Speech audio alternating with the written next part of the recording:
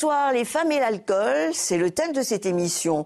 Pendant longtemps, l'alcoolisme a gardé l'image d'une maladie exclusivement masculine. Il est vrai que les hommes sont plus enclins à l'abus d'alcool. Cependant, aujourd'hui, les femmes sont en train de les rattraper. Elles enchaînent les verres qui les entraînent vers l'addiction. Une addiction tolérée chez les hommes, mais qui reste tabou au féminin. Alors ce soir, nous allons oser en parler avec nos invités. Les docteurs Frédéric Massat, psychiatre, Marouane Tanouz, addictologue, Michel Mattei, psychologue. Vous êtes tous les trois attachés à l'unité régionale de soins d'alcoolologie à l'hôpital de Castellucci. Et enfin, Antoinette Delaplace, vous êtes directrice régionale. Vous représentez ici l'Association nationale de prévention en alcoolologie et addictologie. Alors tout d'abord, l'addiction à l'alcool chez les femmes, est-ce que le tabou est levé ou c'est encore caché? Docteur Tanouz. Moi, je pense que le tabou est un petit peu levé. C'est vrai que l'histoire de l'alcool chez la femme, ça reste un petit peu une histoire cachée parce que socialement, c'est mal accepté, mais parce que socialement, ça provoque des dégâts et parce que la femme, comme chez certains hommes, ont des difficultés à parler de ce problème. Mais je pense que la prise en charge, étant donné, va de plus en plus en s'améliorant et que les femmes s'ouvrent de plus en plus à cette prise en charge, moi je considère que la parole se libère. Voilà, la parole se libère parce que c'est de plus en plus accepté. Quel constat faites-vous ? Oui, effectivement, je pense que la culpabilité en tant que femme reste effectivement à partir du moment où il y a consommation, parce qu'elles sont mères, on leur dit qu'il ne faut pas qu'elles consomment pendant leur grossesse. Enfin, ça renvoie beaucoup au statut de la femme, et je pense que c'est encore un sujet délicat pour certaines femmes.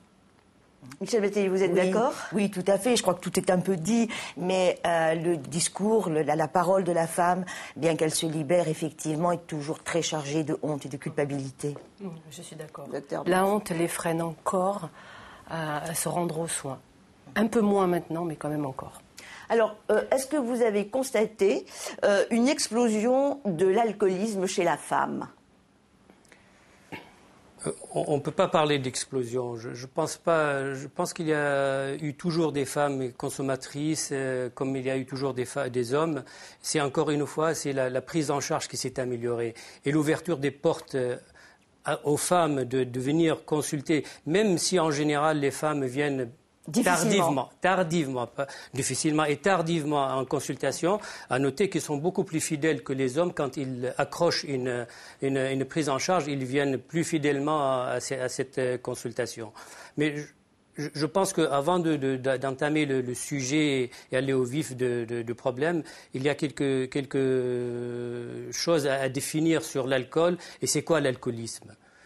Si vous êtes d'accord, je peux vous en donner deux mots. C'est la question que je vais vous poser tout à l'heure, mais je voudrais savoir ce que ces dames constatent au sein même de leur structure.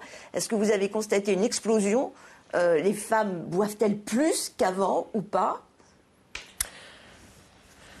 Pas forcément plus. Elles le disent plus. Elles viennent plus.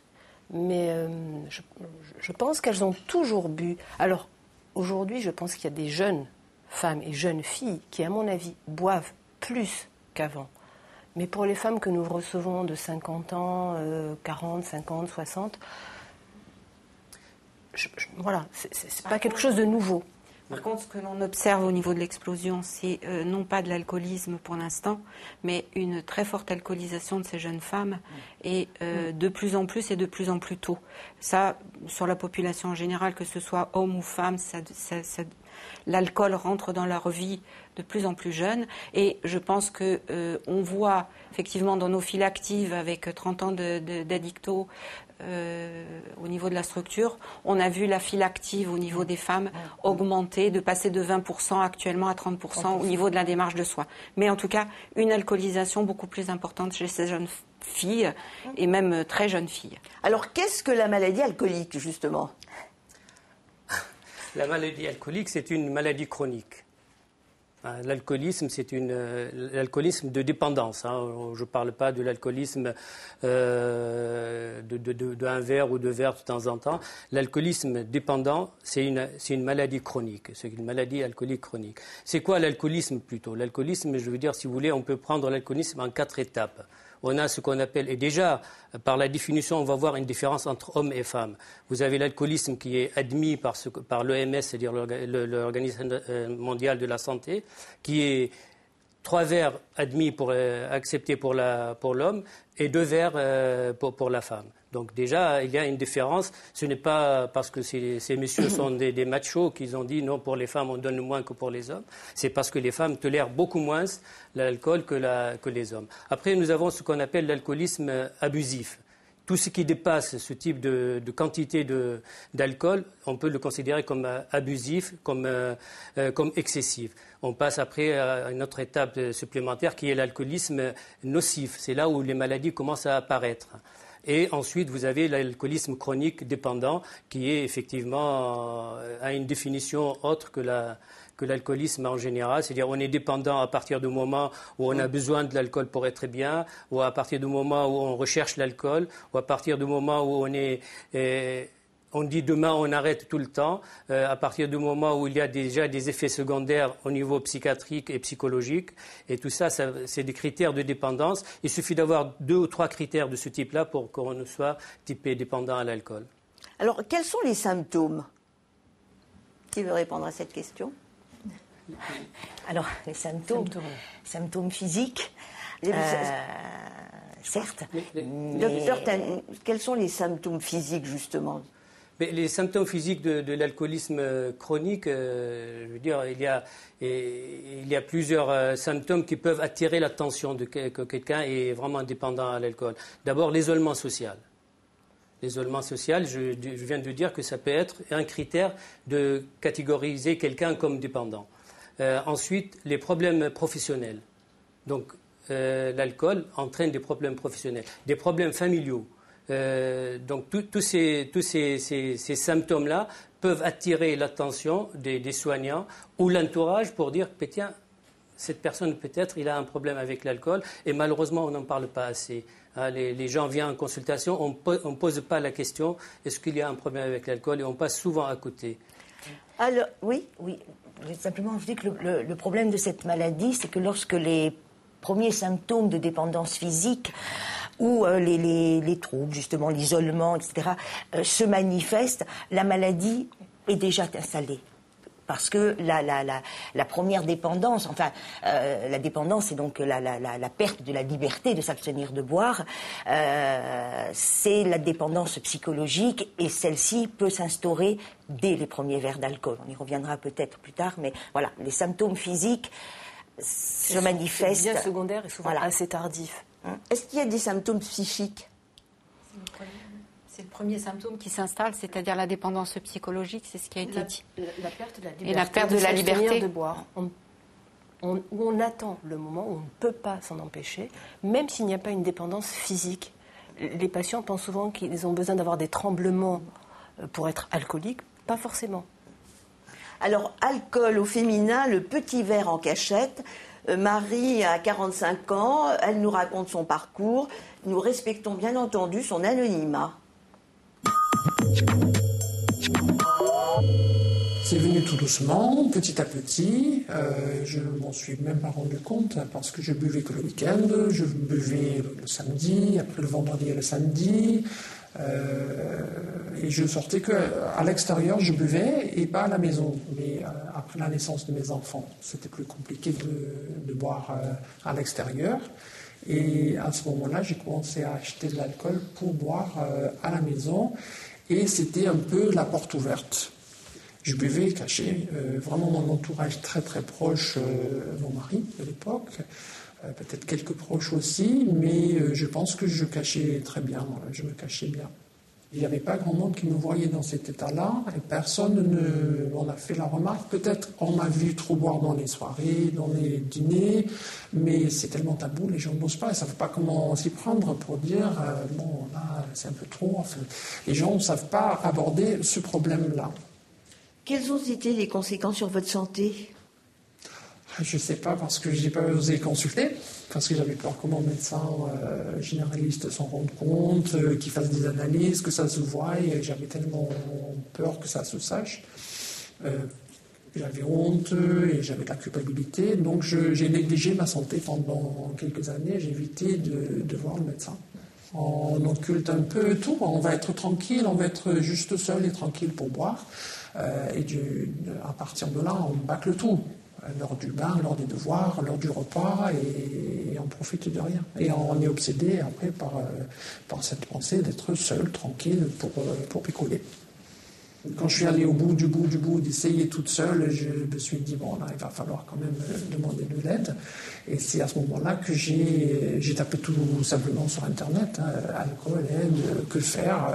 Et là, c'est sorti, j'ai vu Alcooliques Anonymes, et je me suis trouvé sur un forum d'entraide d'abord, par Internet.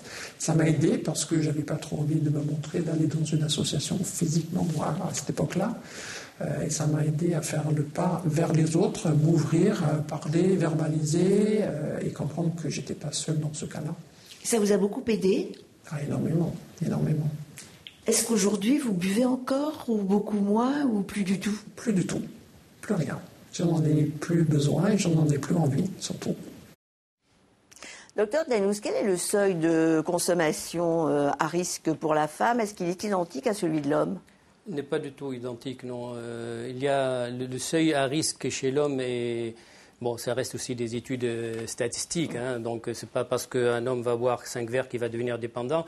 Donc, chez l'homme, c'est 5 verres par jour et chez la femme, c'est 3 verres par jour. Donc, si vous voulez une réponse succincte, c'est comme ça. Mais je pense qu'il ne faut pas en rester là. La consommation de 3 verres ou de 5 verres, ce n'est pas suffisant. Comme on dit dans tous les produits qui ont un pouvoir addictif, l'addiction devient entre un produit, un individu et un environnement. Ça veut dire qu'il faut que les 3 critères soient réunis pour qu'une personne devienne alcoolique ou dépendant à un produit psychoactif. Oui. Le mode de consommation des femmes diffère-t-il de celui des hommes ? Pas forcément. Elles boivent comment ? Souvent en cachette, souvent seule, chez elle ou dans des endroits où on ne peut pas la trouver. Souvent comme ça. Une buveuse silencieuse ? Oui. Alors ça peut être aussi festif, convivial, mais ça peut démarrer comme ça, par un alcoolisme mondain. Mais par la suite, il y a quand même une alcoolisation souvent seule, en cachette, très dans la honte, dans la culpabilité. Donc comme une alcoolique, elle est buveuse silencieuse et elle devient progressivement buveuse régulière et elle tombe là dans la dépendance. Oui, bien sûr, bien sûr. Il y a à peu près de 10 à 15% de gens qui sont dans une consommation excessive qui vont devenir dépendants. Alors avec tous les critères qu'a Quand même, lorsque l'on boit en cachette et seul, on peut vraiment parler de dépendance. Voilà. Il n'y a pas vraiment de notion de plaisir, de partage, de convivialité. On n'est plus même pas dans un alcoolisme excessif. Il y a quand même là un besoin et on sent bien qu'elles ne peuvent pas faire autrement. Et qu'elles attendent ces moments, elles le disaient bien, pour être seules et pour être seules avec la bouteille. Comment réagissent-elles à l'alcool ? Sont-elles plus sensibles, plus vulnérables que l'homme ? Oui, ils sont beaucoup plus vulnérables que l'homme. Et pourquoi ? Parce que, si vous voulez, la consommation d'alcool chez la femme, bon, comme toute substance qu'on absorbe, il y a une élimination, il y a une assimilation de l'organisme. Et vu l'importance de la masse musculaire chez l'homme, où l'alcool ne se dilue pas dans cette masse, et la masse graisseuse qui est alcoolophile, si j'ose dire, chez la femme, ça fait que l'alcool persiste plus longtemps chez la femme. Et puis, il y a le système d'élimination physiologiquement qui est beaucoup moins lent que chez l'homme. Donc, ils éliminent l'alcool beaucoup plus lentement, ce qui fait que les effets ils sont beaucoup plus importants. Immédiat. Par exemple, pour donner un exemple, pour développer une cirrhose hépatique, chez l'homme, il faut compter à peu près 15 ans. Chez la femme, 10 ans. Pour une quantité d'alcool identique absorbée. Quel est le profil type de la femme qui s'accroche à l'ivresse ? Il n'y en a pas. Comment il n'y en a pas? Je pense qu'il n'y en a pas. Je pense... Oui. Vas-y. Allez-y, pardon. Je pense pas. Bien sûr, on peut trouver des troubles mentaux avant, des troubles anxieux notamment, des éléments dépressifs, des événements de vie douloureux qui ont conduit. C'est les raisons. Mais d'où elle vient, qui est-elle, quel milieu? Tous les milieux. Je pense que la femme alcoolique type, je vais vous le décrire, enfin à mon avis, en 2 mots, c'est la mère de famille qui a réussi sa vie professionnelle, qui a un mari qui a réussi aussi sa vie professionnelle, où les enfants ont quitté la maison et que la femme se retrouve seule et qui a le sentiment d'inutilité. Donc c'est la solitude. C'est la solitude. Alors, peut-être, Donc, oui, vous avez- Et l'amour, et le côté fataliste. Et elle passe son temps à attendre son mari qui est souvent en déplacement. Donc en attendant son mari... On va être d'accord. Hein. Moi, je pense que c'est l'image type de la femme actuellement. Ouais. Après, il faut faire la différence avec les jeunes femmes. Les jeunes femmes n'ont pas ce type d'alcoolisation. Moi, je ne trouve pas qu'il y ait une... Il n'y a pas de... Je pense pas. Il n'y a pas de profil. Ni dans le milieu social, non, je ne pense pas. Alors, je vais vous proposer de découvrir un autre profil, justement, celui de Julie, 50 ans. Alors, la bouteille est devenue sa copine depuis son plus jeune âge. Regardez, elle avait 4 ans lorsqu'elle a commencé à boire. Moi, j'ai commencé à boire très tôt, étant d'origine normande, bretonne, et entouré de joyeux lions. J'allais en vacances chez mes grands-parents et à l'âge de 5-6 ans, on m'offrait déjà mon petit verre de rouge à la fin du repas. On buvait du cidre aussi, donc j'ai bu très jeune. Mon père était alcoolique aussi, est mort d'ailleurs à 47 ans des suites de l'alcool. Mon frère est mort aussi de ça. J'ai été pendant très longtemps, j'ai détesté l'alcool. Parce qu'elle m'avait enlevé mon père et ça m'avait vraiment choqué. Et j'ai rencontré mon premier mari, qui lui était alcoolique, bien sûr, ça arrive très très souvent, hein, les femmes battues qui épousent des maris violents. Moi, j'ai épousé un mari alcoolique. J'ai eu 2 enfants. J'étais sobre pendant mes périodes de grossesse, bien sûr. Hein, ça, j'ai réussi à garder ma sobriété, mais j'ai beaucoup déconné de 18, je dirais, à 28 ans. J'ai fait à peu près tout ce qui était possible pour me supprimer. J'y suis pas arrivé. Mais c'est vrai que l'alcool, on était étudiants, c'était les années 80, ça coulait à flot. Il y avait d'autres substances qui n'étaient pas négligeables non plus, qui coulaient à flot. Et moi, je faisais tout pour me détruire, en fait. Et heureusement, je n'y suis pas arrivé.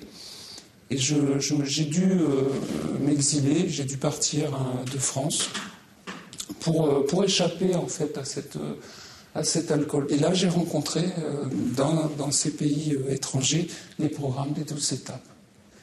Et c'est ce qui m'a sauvé. Ça a sauvé pendant 10 ans mon premier mari. Moi, ça m'a permis d'arrêter de boire. Et ça allait, j'ai dû rester sobre toute ma période à l'étranger, 12 ans. Et vous avez rechuté après? J'ai rechuté quand je suis revenu. Je pense que ma fille a pas mal souffert indirectement de mon alcool, parce que c'est pareil, je buvais en cachette, je prenais toujours la face, mais ce qu'il faut savoir, c'est qu'il n'y a pas que la consommation, il y a toute la personnalité derrière. Et c'est ça qui est aussi à soigner. Votre personnalité avait changé? Voilà. Comment étiez-vous? Bien sûr. Dans quel état? On devient agressif, on est dépressif aussi, on a des sautes d'humeur. Et votre entourage ne vous alertait pas? Non, moi je donnais le change et je pense qu'eux aussi. Parce qu'il ne faut pas... moi, quelqu'un qui boit, je le vois tout de suite. Il y a la laine, il y a la peau. Quand on boit une certaine quantité, on a aussi une odeur. Hein. L'alcool passe dans la peau. Hein. Je sais pas, il faut avoir vraiment le nez bouché pour ne pas s'en rendre compte. Quoi. Mais je pense qu'il y a du déni aussi. De la part de l'alcoolique, mais de la part de la famille aussi. C'est pas si grave, pas malade. Ça va se passer, demain ça ira mieux. Est-ce qu'à un moment donné, vous avez pris conscience que vous deveniez alcoolodépendant? Ouais, vers la fin, là, là maintenant j'ai 10 mois et des poussières de sobriété. Vers la fin, d'abord j'avais grossi énormément. J'ai perdu depuis que j'ai arrêté, j'ai perdu 12 kilos. Une nuit, j'ai dit, on s'en remet dans le programme à une puissance supérieure. J'ai prié toute la nuit. Il faut que je m'arrête de boire. Il faut que je m'arrête de boire. Et j'ai prié. Je ne suis pas spécialement religieux. Enfin, j'ai pas de religion particulière, mais j'étais là avec l'univers. Il faut que ça s'arrête, quoi. Sans ça, je vais en crever. Docteur Maj, je vous ai vu réagir aux propos de cette dame. Qu'est-ce qui vous a surpris? Qu'est-ce qui vous a interpellé? Non, je me posais juste la question. Elle parle de sobriété, pas d'abstinence. On fait une différence, nous, entre la sobriété et l'abstinence. Être sobre, c'est boire, on va dire, normalement, finalement, comme tout le monde. Abstinence, c'est vraiment ne pas toucher une goutte d'alcool. Alors, je pense qu'elle devait quand même parler d'abstinence, à mon avis. Oui, je pense que c'est dans les programmes, effectivement, dans ces mouvements néphalistes, où on ne parle plus d'abstinence, mais de sobriété. D'accord. Voilà. Alors, quels sont les facteurs de risque? Alors, Michel. on peut en déterminer. Alors, on parle bien de facteurs de risque et non pas de causes. Parce que les causes, il y en a des centaines, voire plus. Les 3 grands facteurs de risque peuvent être donc, le premier, la tolérance aux produits. Plus un individu va être tolérant à l'alcool, va bien supporter, entre guillemets, l'alcool, et plus l'augmentation de sa consommation ne va pas poser de problème. Pour lui, physiquement, quelqu'un qui va être malade au bout du 2e verre d'alcool, il ne va pas renouveler l'expérience très souvent. Bien évidemment, il y a la fragilité personnelle, la façon dont l'individu a pu se construire avec ses failles, ses faiblesses. Et le 3e facteur de risque qui fait souvent dire ou penser que cette maladie peut être héréditaire, c'est le facteur familial, le milieu familial. C'est-à-dire le père qui boit, la mère qui boit, un enfant qui va grandir compagnon. au milieu de l'alcool. Voilà, qu'on lui serve de l'alcool très jeune, comme dans le témoignage, ou qu'il qu'il voit tout simplement les êtres qui peuvent lui servir comme modèle, les êtres qu'il aime, consommer régulièrement, de façon abusive, ce produit. Est-ce qu'il y a des facteurs génétiques? Les dernières études, et depuis quelques années, on en parle de plus en plus. Effectivement, il y a des facteurs génétiques, mais ce n'est pas des facteurs héréditaires. Donc, c'est génétique. C'est ce que je viens de vous dire. Quand on devient addict, c'est la rencontre d'un individu, d'un produit et d'un environnement. Donc, un individu qui a déjà des gènes en faveur de l'alcoolisme va devenir effectivement addict, et un autre qui va consommer de la même façon et de la même quantité, mais il ne deviendra pas. Donc, effectivement, on parle des facteurs génétiques, mais on est encore vraiment au début de ces études. Ils ne sont pas encore complètement au point. Alors, quelle est l'image de la personne alcoolique? Quelle image la personne alcoolique a-t-elle d'elle-même? Une perte de conscience, une perte de l'estime de soi, une dévalorisation, une culpabilité, une honte.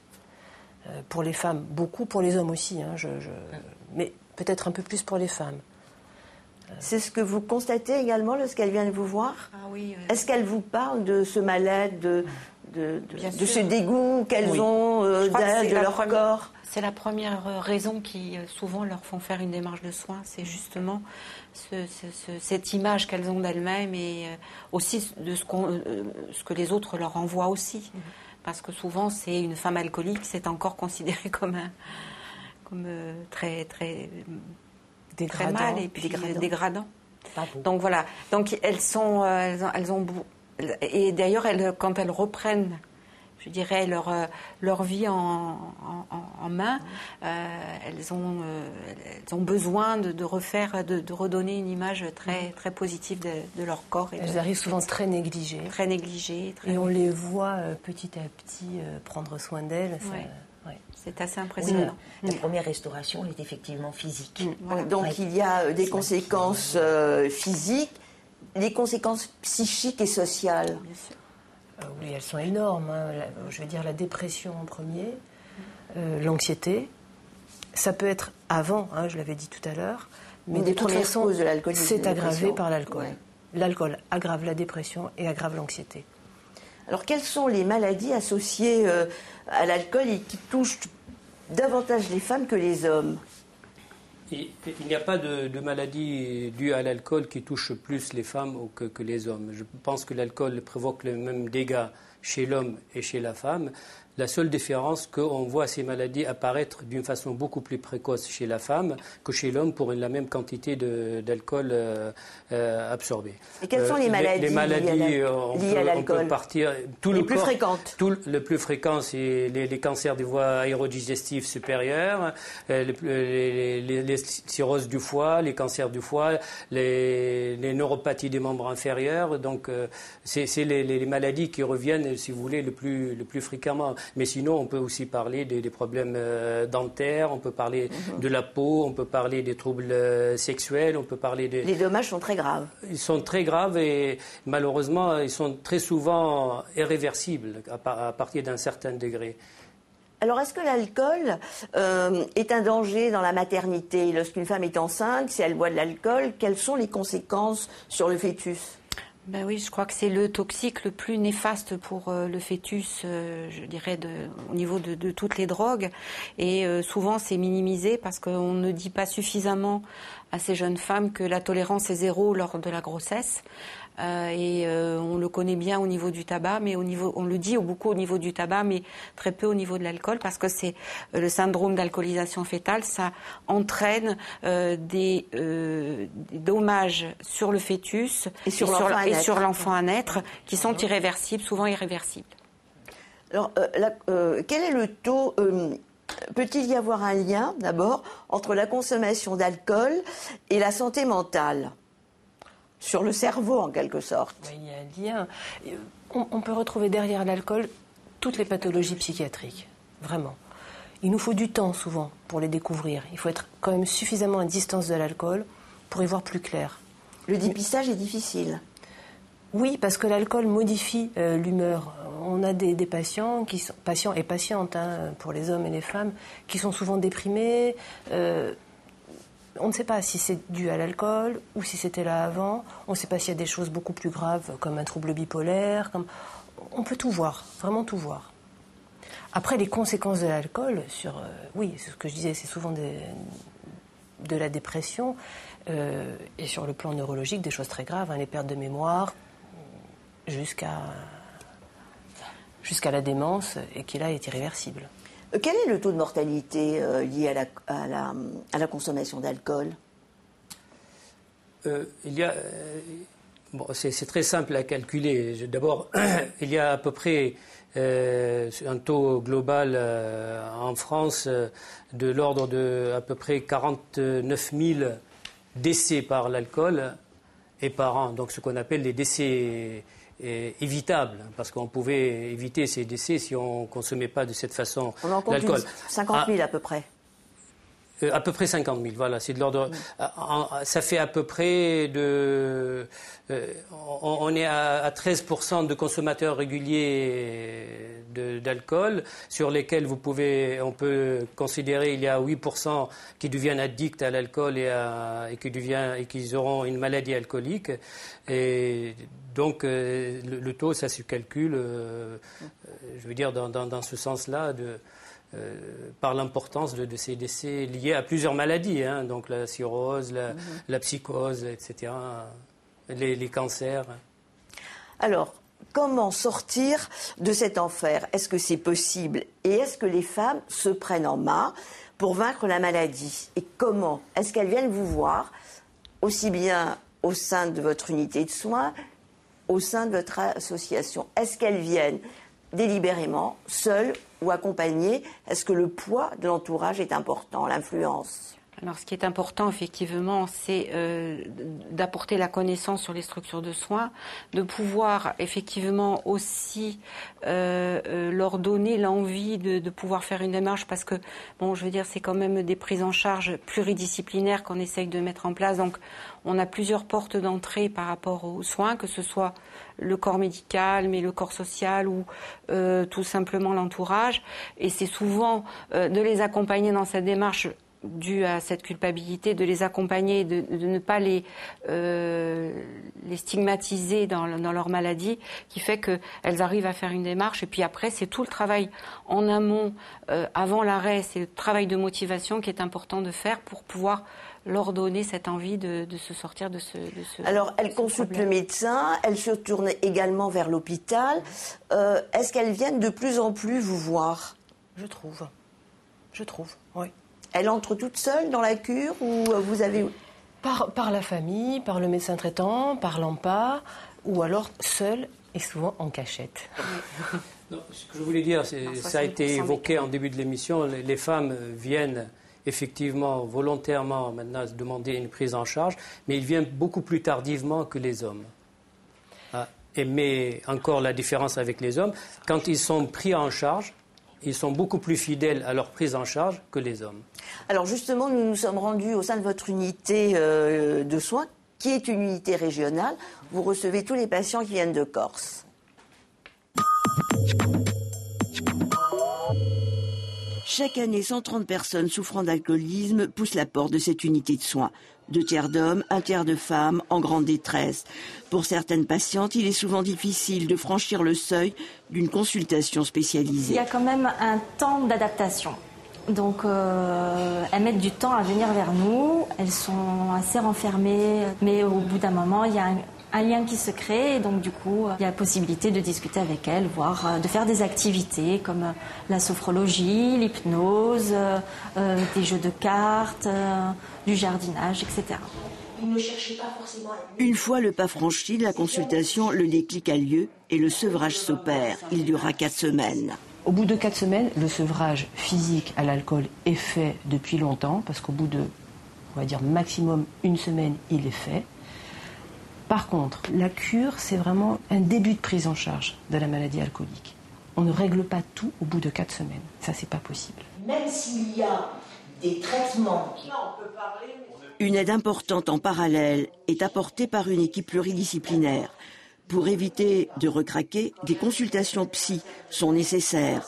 Psychothérapie individuelle et groupes de parole sont organisés.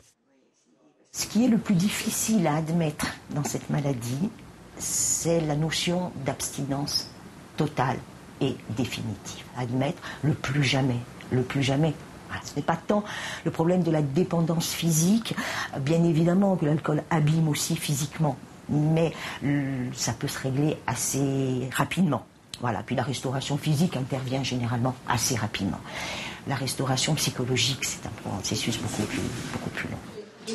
Cette structure unique en Corse ne dispose qu'une dizaine de lits. Faible capacité d'accueil face à l'augmentation des demandes de consultation pour addiction à l'alcool pour les femmes et pour les hommes. Alors, par quoi passe cette prise en charge lorsqu'on arrive chez vous? Quels sont les premiers examens?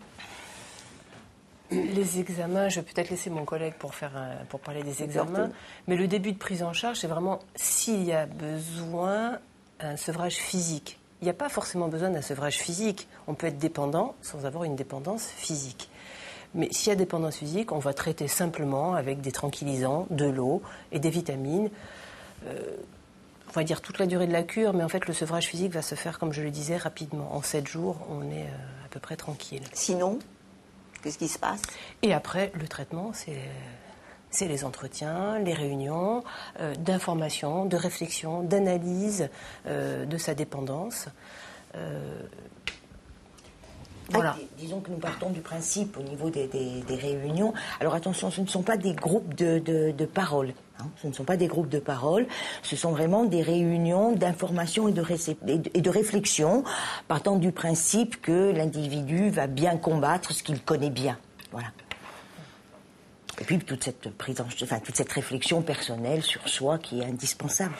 À quel moment commence le vrai changement, le vrai traitement vers l'abstinence? Le vrai changement, pour moi, si vous voulez, la prise en charge pour amener quelqu'un vers le sevrage est basée sur 3 piliers principaux. Je dirais même 2 piliers principaux et un pilier secondaire. C'est d'abord la motivation de la personne à aller vers l'abstinence ou vers la consommation contrôlée, parce que maintenant on parle de plus en plus de la consommation contrôlée. C'est-à-dire on donne, il y a quelques années, quand on disait à quelqu'un qui a un problème avec l'alcool, vous pouvez continuer à boire 1 ou 2 verres si vous voulez, on se faisait insulter. Alors que maintenant, on va de plus en plus vers ce qu'on appelle la consommation contrôlée. Donc il y a la motivation de la personne à aller vers un sevrage, que ça soit abstinent ou consommation contrôlée. Et deuxièmement, c'est le pilier qui est aussi important, c'est la capacité de la personne à vouloir changer. C'est ce qu'on appelle la capacité au changement.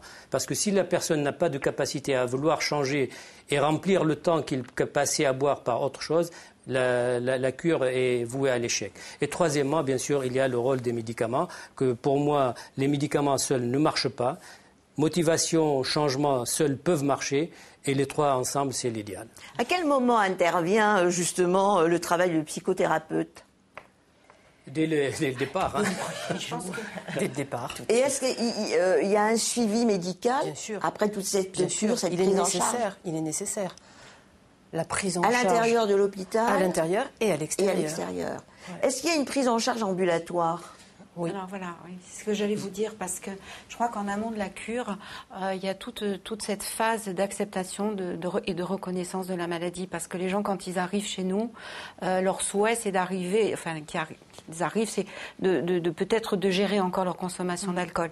Mais cette prise en charge d'une acceptation de la maladie alcoolique, elle n'est pas évidente. Donc c'est tout un temps. Et la première chose, je crois, qu'on doit faire, et en ambulatoire, ça nous le faisons, c'est leur donner la parole et de pouvoir exprimer, parce que la seule relation qu'elles ont eue, c'est avec ces personnes-là, c'est avec le produit, et qu'à un moment donné, il faut leur redonner la parole et pouvoir justement détricoter un petit peu tout ça avec elles. Ça rejoint la définition de l'alcoolisme tout à l'heure. Je veux dire, on a dit l'alcoolisme dépendant, c'est une maladie chronique. Une maladie chronique, donc ça ne se traite pas en 4 semaines de cure ou en 3 mois de suivi. Une fois, la cure, je pense, c'est l'étape le plus facile dans la démarche de sevrage. Et après, le suivi en ambulatoire qui est extrêmement important et qu'il faut qu'elle dure le temps qu'il faut. Je parle de mois pour ne pas dire des années. Alors, l'abstinence, une phase difficile, comment éviter la rechute ? Il y a des rechutes, on l'a entendu. Oui, il y en a très souvent. Oui. Elle est presque... Enfin, elle fait partie du soin, voilà. Elle fait partie de l'évolution, elle fait partie de ce fameux changement dont parlait le docteur Tannous. Lorsque un individu va prendre conscience de son problème alcool, on peut dire qu'il amorce un changement. Comme toute évolution chez l'être humain, il n'y a jamais d'évolution linéaire. C'est un véritable apprentissage de la vie sans alcool. Un apprentissage, quand on apprend, on ne sait pas ou on ne sait plus. Donc il y a des erreurs toujours possibles.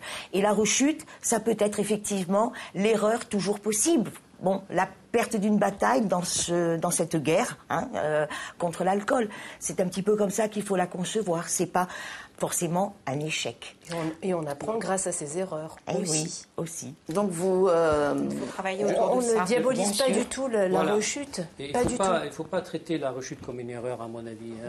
C'est comme vous disiez, un point ou une étape dans le cercle global de la prise en charge et du sevrage. À un moment donné, il y a la rechute. Et la rechute, j'allais dire, il faut la banaliser, non, mais il ne faut pas non plus culpabiliser sur la rechute.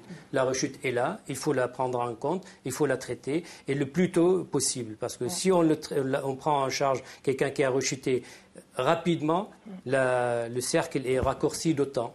Il est important de l'analyser, cette rechute. Qu'est-ce qui s'est passé ? Comment il en est arrivé là ? Et il avance à travers ça. Toute personne ayant eu des difficultés avec des produits psychotropes sait que la réalcoolisation, ils l'ont déjà vécu, puisqu'ils ont essayé à maintes reprises avant de faire une démarche de soins. Ils l'ont essayé personnellement et même souvent dans le plus grand secret, puisque c'est justement cette perte de liberté qu'ils ont testée au fur et à mesure de leur parcours avec le produit, souvent. Alors il y a ceux qui, après la cure, justement, s'orientent vers des associations comme la vôtre. Dans quel esprit reviennent-elles chez vous pour avoir un suivi psychologique, je suppose ? Alors nous n'intervenons pas après la cure, nous intervenons en amont de la cure. Pendant la cure. Et vous ne les revoyez plus après ? Alors on les voit en amont, pendant la cure, qu'elles soient hospitalières ou ambulatoires, puisque nous pratiquons aussi des suivis. 70% du suivi se font en ambulatoire sans passer par la case hospitalisation. Donc c'est le travail en amont à la motivation, le travail de sevrage qu'on peut faire en ambulatoire et le suivi de post-cure qu'on peut mettre en place justement après. Vous travaillez de concert avec l'association ? Oui. Comment justement. Alors, nous travaillons, nous suivons les patients qui sont orientés vers l'unité d'alcoolologie de Castellouche, nous les suivons pendant leur hospitalisation et en lien aussi après lorsqu'ils sortent de l'unité. Vous intervenez d'ailleurs au sein de cette association. Tout à fait. Pour ça, je crois qu'on travaille en très bonne intelligence entre l'unité d'alcoolologie de Castellouche et l'AMPA d'Ajaccio. Et on a souvent des échanges de patients. Et d'ailleurs, il y a une infirmière de l'AMPA qui participe régulièrement à nos réunions de synthèse tous les vendredis matins. Je veux juste rajouter qu'on travaille aussi avec l'AMPA de Bastia, puisque nous sommes une unité régionale. Oui, et nous également. Vous avez deux structures. On a une antenne sur Ajaccio, une antenne sur Bastia, et des consultations pour répondre au maillage territorial, que ce soit sur Porto Vecchio, Bonifacio, Calville, Rousse ou Corté. Ça fait combien de personnes que vous recevez ? Sur l'année 2014, on a eu à peu près en file active 1100 personnes, dont 30% de femmes. C'est énorme. C'est énorme. Alors d'autres se dirigent vers des groupes de parole tels que les Alcooliques Anonymes, une association qui existe depuis maintenant une cinquantaine d'années. En Corse, on a 3 antennes, Ajaccio, Corté, Bastia, Bonifacio. Cette association, elle essaye d'aider les alcooliques à s'arrêter de boire. Hein. Alors nous avons suivi une de leurs réunions. Bonsoir à tous, je m'appelle Jean-Claude, je suis alcoolique et je vais bien. Je me suis reconnu quand quelqu'un dans un témoignage a dit « je passais dans ma glace et je ne pouvais pas me regarder ». Moi non plus, je ne pouvais pas me regarder dans la glace. J'ai eu des soucis personnels dans ma vie qui ont fait que j'étais très angoissée et j'ai plus pris l'alcool comme un médicament pour m'aider à m'endormir le soir. L'alcool était devenu vraiment quelque chose dont j'avais besoin. J'avais ces tremblements, j'avais besoin le matin, avant de pouvoir travailler, d'avoir ma douce. J'essayais d'arrêter de boire seule, je n'y arrivais pas, il y avait toujours une excuse, une bonne journée, une mauvaise journée. Je fêterai mon 5e anniversaire d'abstinence. C'est fini, la bouteille n'est plus leur amie. Éric, Jeanne, Pierre, Julie et les autres se sont fait cette promesse un matin de gueule de bois. L'alcool s'est invité petit à petit dans leur existence jusqu'à ne plus les quitter. Voilà les alcooliques anonymes réunis pour échanger ensemble leur expérience. Visiblement, eux, ils savaient faire, ne pas boire. Moi, je ne savais pas, alors j'ai écouté ces gens-là. Et maintenant que j'ai un peu d'expérience moi-même, je suis là aussi pour parler de mon expérience, si ça peut aider quelqu'un aussi. On est tous des médecins autour de la table, on se soigne les uns les autres. Ici, la parole se libère, se partage, on s'écoute. Les préjugés tombent, l'addiction n'est plus un tabou au féminin. On entend toujours des remarques qu'une femme qui boit, c'est pire qu'un homme. Bon, l'homme, il a bu un coup, après tout, il était content, il a travaillé, il a fait un tas de choses, mais la femme, non. La femme est à la maison, elle doit pas être dans les bars, elle doit pas boire. Mais moi, je me suis rendu compte que, quel que soit le sexe, il faut s'aider. Elles aussi, elles ont souffert, on a souffert, et on était dans une galère, et maintenant, on est dans un navire qui file tout droit. S'en sortir, c'est d'une difficulté inouïe. Un courage admirable. Être humble, c'est avoir la capacité de me regarder. Cette drogue, qui est terrible, est en vente libre, ou en fait fait aussi partie de notre culture. On nous incite aussi à boire toutes les semaines, donc d'avoir toujours ce contact, ces réunions. On l'accepte, qu'on n'est pas tout seul, qu'on n'est pas jugé, qu'on est là pour s'aider, à s'accepter nous-mêmes tels qu'on est. Je sais qu'au jour d'aujourd'hui, je Je n'ai plus honte de refuser un verre. Je ne bois pas, c'est tout. Je ne bois plus, c'est comme ça. Je ne bois plus d'alcool. On me propose un verre, ce sera une orette, un pulco, mais pas d'alcool. C'est comme ça. Ça fait plus partie de ma vie et je ne veux plus que ça en fasse partie. J'invite ceux qui le désirent à se joindre à moi pour la prière de la sérénité. Les alcooliques anonymes ne sont associés à aucune secte, confession religieuse. Leur but premier est de demeurer abstinents. 43% cessent de boire au cours de la première année, 20% y parviennent dans les 4 ans qui suivent. Le courage de changer les choses que je veux et la sagesse. Les associations comme celle-ci sont-elles les premières interlocutrices, je dirais, ou interlocuteurs que rencontre la personne alcoolique? Alors ça peut, tout à fait, parce qu'elles ont un rôle très important à jouer. En Corse, elles ont été il n'y a pas très longtemps qu'elles existent. Ça a été très compliqué en Corse d'implanter des associations Néphalis. Et maintenant il y a les alcooliques anonymes, mais c'est très récent quand même au niveau... Que pensez-vous de cette thérapie collective? Est-ce que vous travaillez avec eux? Parce que le corps médical était un petit peu méfiant. On n'est pas méfiant, mais je pense qu'on n'a pas eu l'occasion de travailler avec. C'est vrai que moi, on ne travaille pas avec les associations d'alcooliques anonymes. Alors, la seule association avec laquelle on travaille réellement, c'est l'AMPA. Hein. Mais bon, parce que nous avons des professionnels, mais je crois qu'à un moment donné, ça peut être un support important pour des gens qui ont besoin qui sont isolés. On parlait d'isolement, c'est la maladie de la solitude aussi, l'alcool. Hein.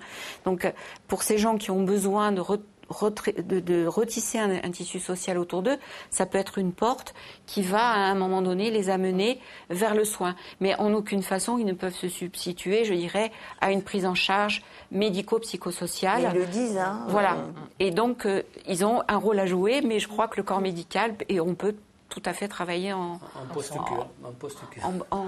complémentarité. Et même avant, justement. Oui. Parce qu'ils peuvent être les incitateurs, mais aussi après le soutien, lorsque l'abstinence est nécessaire, soutenir à l'abstinence. L'alcoolisme est difficile à diagnostiquer. Quel doit être le rôle du médecin généraliste? Bien, il y a des méthodes, je dirais, de repérage, mais ça devrait être le premier interlocuteur, effectivement. C'est souvent difficile parce que il n'y a pas forcément de signes extérieurs et de maladies avérées, puisque la première maladie, c'est quand même la maladie de la dépendance. Donc ça, c'est pas quelque chose qui se voit ou qui peut se diagnostiquer par une analyse ou par la maladie de la dépendance. C'est la première maladie qui s'installe. Et plus on intervient précocement dans la prise en charge, et moins justement on en arrive à des problèmes physiques et graves et souvent irrémédiables. Justement, est-ce qu'elles arrivent très tôt chez vous ou très tardivement, la plupart de ces femmes qui viennent vous voir? Plutôt tardivement. Assez tardivement, mais elles arrivent plus tôt, je trouve. Aujourd'hui, nous avons plus de jeunes femmes aujourd'hui. Plus précocement, puisque justement, on n'est pas dans une démarche d'hospitalisation. Donc elles arrivent plus précocement sur les centres ambulatoires où elles viennent en première intention chercher de l'information et pas forcément une demande d'abstinence ou une demande de soins. Ces femmes que vous rencontrez, est-ce qu'à un moment donné, elles retrouvent confiance en elles? Est-ce qu'elles se réapproprient ce corps qui a été abîmé? Est-ce qu'elles vous en parlent? Quelles attitudes ont-elles après cette cure, après toutes ces rencontres et ces dialogues? Bien sûr. Alors elles se réapproprient non seulement leur corps, mais aussi leur rôle, une place dans la société. Enfin, je veux dire, c'est très gratifiant pour les équipes de soins de pouvoir participer à la restauration de tout ça. Est-ce qu'on guérit de l'alcool? Ça, c'est une question, une question de piège et qui tue. À partir du moment où l'alcool est considéré comme une maladie chronique, ça reste quand même une maladie chronique. On peut quand on connaît le mécanisme, si vous voulez, qui amène à la dépendance à l'alcool, on est tenté par dire non, on ne peut pas guérir de l'alcool, mais on peut, avec un travail personnel et avec un traitement adapté, rester soit abstinent, soit sobre. Oui, apprendre à vivre. Et puis c'est quoi guérir C'est quoi guérir? Guérir, c'est réapprendre à vivre sans le produit pour un alcoolique. Le but, c'est quand même d'améliorer la qualité de vie. Leur qualité de vie est transformée, sans ou avec moins d'alcool. Voilà. Michel? Oui. Une conclusion là-dessus? Si on devait effectivement dire à des jeunes en particulier ou à des personnes qui ont des difficultés, leur dire de se méfier de ce produit qui est très puissant. Il ne faut surtout pas minimiser la puissance de l'alcool. Voilà, ça serait de leur dire méfiez-vous. Méfiez-vous si vous ressentez un effet qui vous apporte un plus par rapport à ce que vous êtes. Méfiez-vous parce que c'est là. Le début de la maladie peut s'instaurer dès ces premiers verres. Voilà. Si on avait de se méfier, si on ne peut obtenir cet effet qu'avec l'alcool. En tout cas, merci de nous avoir éclairés sur cette pathologie et vous nous les avez expliquées dans la sobriété. Merci de nous avoir suivis. À très bientôt.